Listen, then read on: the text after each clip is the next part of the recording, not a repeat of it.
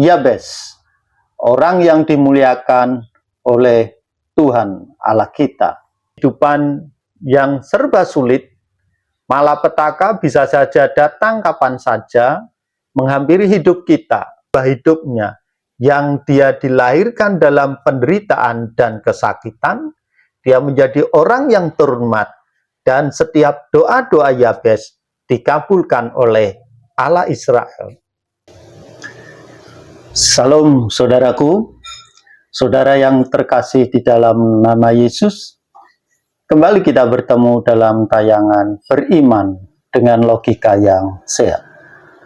Saudara, kali ini kita akan belajar bersama-sama tentang satu tokoh dalam kitab Tawarik, khususnya satu Tawarik pasal yang keempat ayat 9 sampai yang ke-10, yaitu Yabes, orang yang dimuliakan oleh Tuhan Allah kita. Yabes berbicara tentang kisah singkat pria yang doanya dikabulkan dan hidupnya berubah, sebagaimana ditulis dalam kitab 1 Tawarik pasal 4 ayat 9 sampai yang ke-10, di mana Alkitab mengatakan demikian di ayat yang ke-9.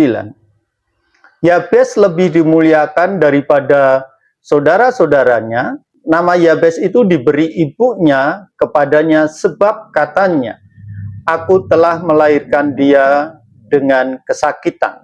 Selanjutnya ayat yang ke-10, firman Tuhan mengatakan, Yabes berseru kepada Allah Israel, katanya, "Kiranya engkau memberkati aku berlimpah-limpah dan memperluas daerahku, dan kiranya tanganmu menyertai aku, dan melindungi aku daripada malapetaka, sehingga kesakitan tidak menimpa aku."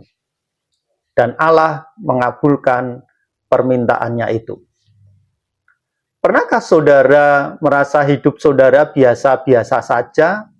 Atau bahkan mungkin ada tantangan yang membuat saudara terbebani? Nama Yabes cukup menginspirasi bagi kehidupan kita sebagai orang yang percaya. Di tengah kehidupan yang serba sulit, malapetaka bisa saja datang kapan saja, menghampiri hidup kita. Yabes menginspirasi bagaimana doa-doanya dipanjatkan kepada hadirat Tuhan, dan Tuhan mengabulkannya. Mungkin namanya tidak setenar dengan tokoh-tokoh Alkitab lainnya, tapi ayat 9 dan ayat 10 dalam kitab 1 Tawarik pasal 4 menyimpan sebuah pesan yang kuat tentang bagaimana yang sesungguhnya doa itu bisa mengubah jalan hidup seseorang. Kita patut bertanya, siapakah Yabes itu? Seseorang mencerminkan kondisi orang tersebut. Sewaktu dilahirkan, ibunya mengalami kesakitan sehingga memberi nama Yabes untuk anak yang dilahirkan. Dari sini kita tahu bahwa nama Yabes sendiri memiliki arti yang berhubungan dengan kesakitannya atau penderitaannya. Mungkin kelahiran Yabes memang sulit bagi ibunya, atau mungkin juga ada latar belakang yang lain yang membuat ibunya memberikan nama seperti itu. Yang jelas, nama itu menjadi pengingat akan sebuah kesulitan dalam kehidupan ibunya tak kala melahirkan Yabes. Ayat 9 mengatakan sesuatu yang menarik tentang Yabes.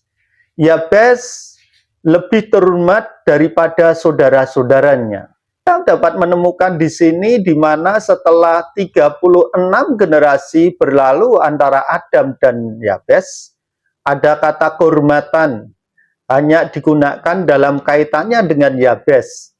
Seperti yang dikatakan, dan Yabes lebih dihormati daripada saudara-saudaranya. Mengapa demikian? Mengapa Yabes disebut terhormat? Karena dia adalah salah satu orang bijak yang mengatur pertemuan-pertemuan secara umum untuk membahas masalah hukum. Dalam hal ini adalah hukum yang tertulis, yaitu hukum Taurat. Kehormatan yang diberikan kepada Yabes adalah satu kehormatan yang ditujukan kepada orang bijak yang mengajarkan Taurat Tuhan kepada umat Israel.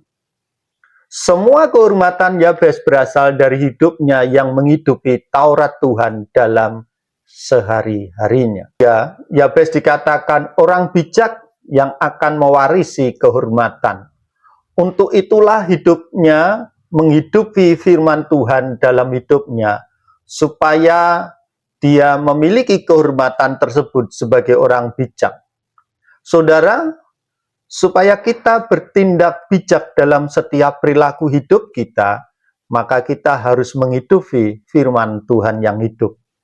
Namun, yang menarik adalah kelanjutan dari ayat tersebut. Dan Allah Israel mengabulkan permintaannya itu. Ini menjadi sebuah poin penting yang menjadikan satu pengingat dalam kehidupan kita, bagaimana caranya Yabes mengubah hidupnya, yang dia dilahirkan dalam penderitaan dan kesakitan, dia menjadi orang yang terhormat, dan setiap doa-doa Yabes dikabulkan oleh Allah Israel. Meskipun namanya memiliki satu arti konotasi negatif, tetapi Yabes tidak pernah menyerahkan dirinya kepada hal yang bersifat negatif atau hal yang bersifat mengakibatkan dirinya mendapatkan malapetaka ataupun penderitaan. Ayat 10 menyatat doa Yabes yang singkat namun penuh makna. Yabes berseru kepada Allah Israel, katanya, kiranya engkau memberkati aku berlimpah-limpah dan memperluas daerahku. Kiranya tanganmu menyertai aku dan melindungi aku daripada malapetaka, sehingga kesakitan tidak menimpa aku.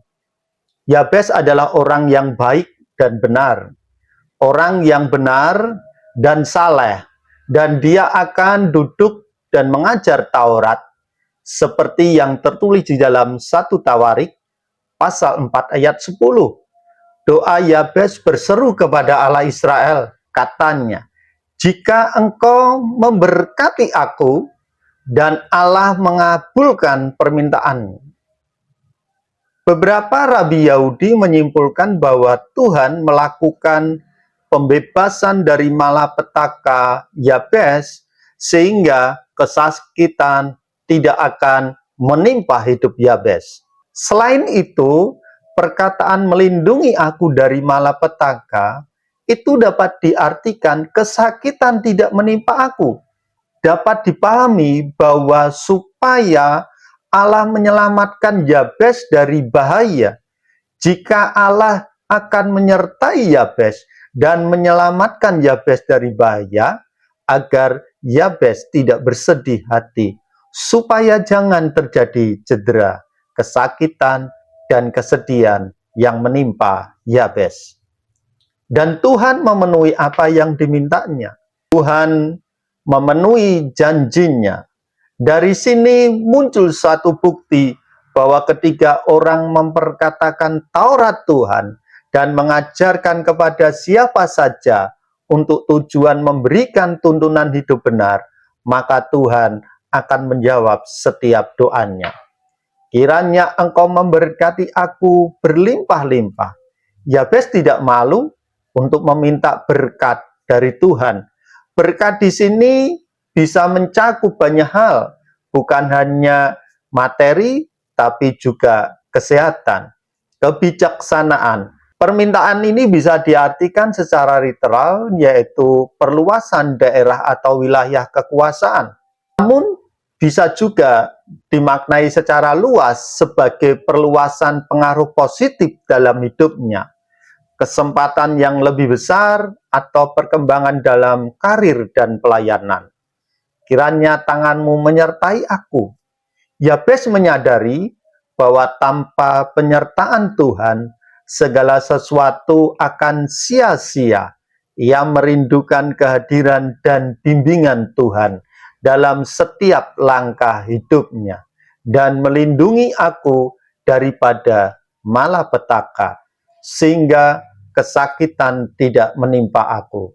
Setelah merasakan kesakitan, sesuai dengan nama artinya, Yabes memohon perlindungan dari segala bentuk kesulitan dan penderitaan di masa depannya. Ada satu pelajaran yang sangat berharga dari kisah Yabes. Meskipun kisah ini sangat singkat, ada beberapa pelajaran berharga yang secara bisa kita petik dari Yabes. Nama atau latar belakang bukanlah batasan. Yabes mungkin memiliki nama yang mengingatkan pada kesakitan, tapi ia tidak membiarkan hal itu menghalanginya untuk berharap dan meminta yang terbaik dari Tuhan. Doanya yang sungguh-sungguh itu penting. Kehormatan yang dia dapatkan melebihi dari kehormatan saudara-saudaranya. Itu adalah hal yang utama dalam kehidupan Yabes, di mana Yabes menghidupi Taurat Tuhan dalam kehidupannya sehari-hari. Bahkan Yabes mengajarkan Taurat Tuhan itu kepada kaumnya. Ketika kita menghidupi firman Tuhan dalam hidup kita, setiap apa yang kita doakan, Tuhan akan mengabulkan. Yabes yang dilahirkan dalam kesakitan dan penderitaan, tidak hanya berpasrah pada kesakitan, ia aktif berdoa dan menyampaikan kerinduannya kepada Tuhan. Hanya pun bukan hanya sekedar basa-basi, tapi sebuah seruan yang tulus. Tuhan mendengarkan dan mengabulkan. Bagian yang paling mengembirakan adalah bahwa Allah Israel mengabulkan permintaan Yabes. Ini menunjukkan bahwa Tuhan peduli pada doa anak-anaknya, dan Dia berkuasa mengubah keadaan orang percaya yang senantiasa berharap kepada Allah yang hidup. Yabes menjadi sebuah pengingat yang indah dalam hidup kita. Meskipun kita mungkin memiliki latar belakang yang sulit, sedang menghadapi tantangan, kita selalu bisa datang kepada Tuhan dalam doa. Tuhan tidak memandang rendah kita karena masa lalu kita dalam kesulitan atau penderitaan yang kita hadapi.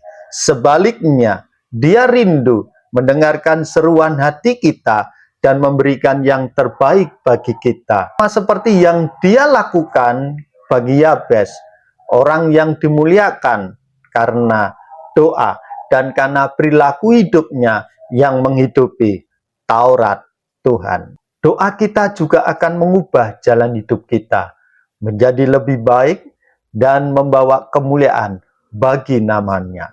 Baiklah saudara, jikalau saudara terberkati, saudara bisa bagikan tayangan ini kepada saudara yang pandang layak untuk mendapatkan berkat ini. Puji nama Tuhan. Tuhan Yesus memberkati.